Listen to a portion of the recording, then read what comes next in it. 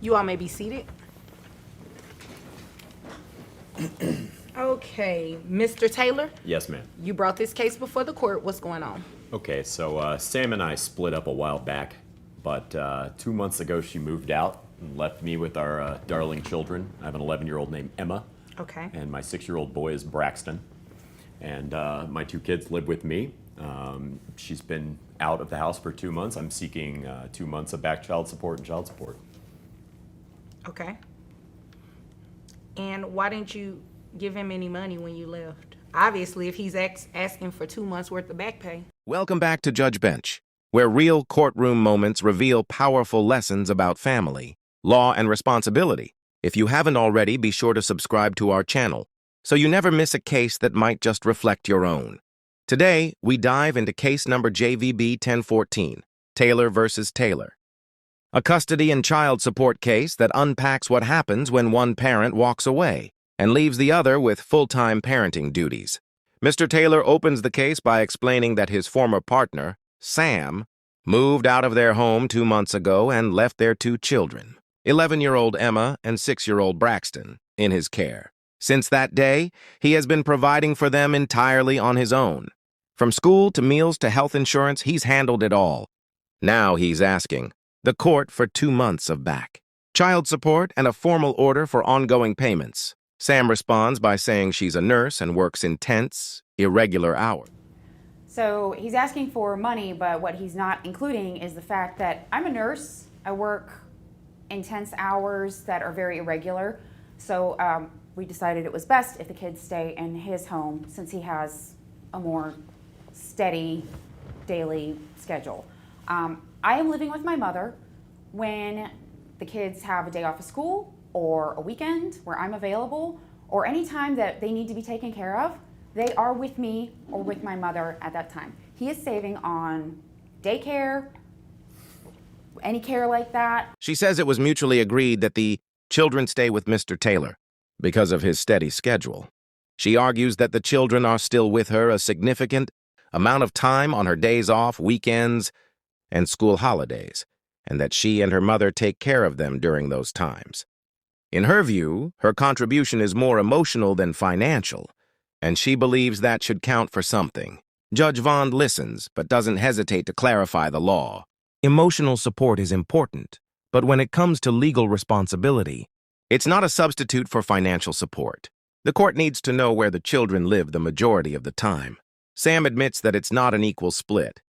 The kids live primarily with Mr. Taylor. That makes him the custodial parent. And as the non-custodial parent, Sam is legally obligated to pay child support from the moment she left the household. The judge then reviews their income. Sam makes approximately $80,000 per year as an... And I'm spending the emotional support time with them and also providing for... Did you really just say that? You're spending emotional support? I don't understand what's wrong with that.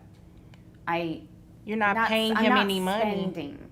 I am not paying him. The children are with me approximately half the time. We don't have a formal agreement on that. Approximately, but not half the time, right? No. Okay. So, you should be paying child support to him. While Mr. Taylor earns about $125,000 annually, though both are financially stable, the judge reminds them and the viewers that child support isn't about who makes more money. It's about where the children live and who provides the majority of their daily care. And in this case, it's clearly Mr. Taylor. Judge Vaughn calculates Sam's monthly net income to be $49.61 after deductions, based on child support guidelines for 2 children. She's ordered to pay $140.45 per month. On top of that, Mr. Taylor is covering the children's health insurance at a cost of $208 per month. Sam is now responsible for reimbursing that too, bringing her total monthly payment to $1,448.45. But the matter of back child support still needs to be resolved. Since Sam hasn't paid anything for 2 months, she owes an additional $2,480.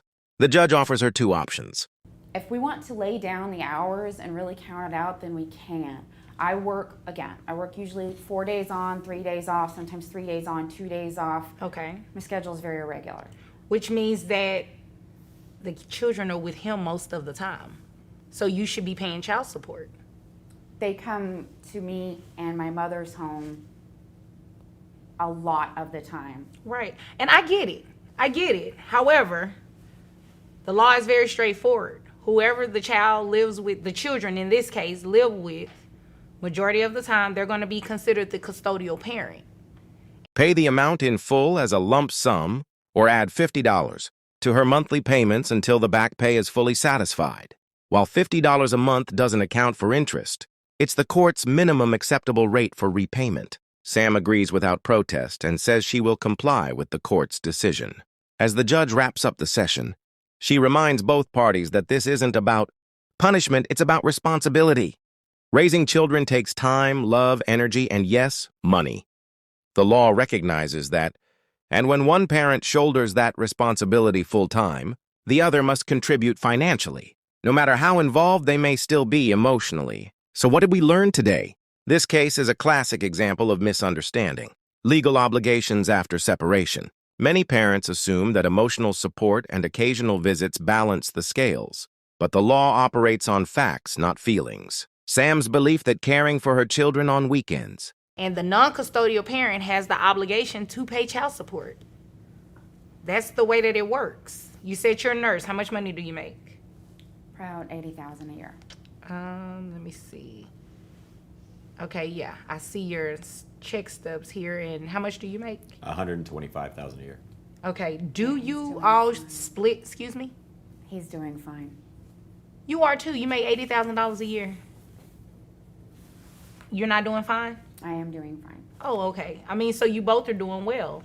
So those little comments, they're unnecessary. Was enough to avoid child support. Was a costly mistake. Once she moved out and left the children with Mr. Taylor, her financial responsibility kicked in. It doesn't matter that she meant well or loves her children deeply. What matters is that children need consistency, and the court is there to ensure they get it. Mr. Taylor didn't come to court seeking revenge. He came because he needed help. He was carrying the full weight of parenting 2 children alone for 2 months, without any financial aid from their mother. The court recognized that, and today, justice was served fairly and firmly. This case is a reminder to every parent. Do not assume your time and love. Found this case helpful or eye-opening? Don't forget to subscribe to Judge Bench. We bring you real stories with real consequences. Because understanding your rights and responsibilities is the first step to protecting your family. Until next time, this is Judge Bench, where justice meets real life.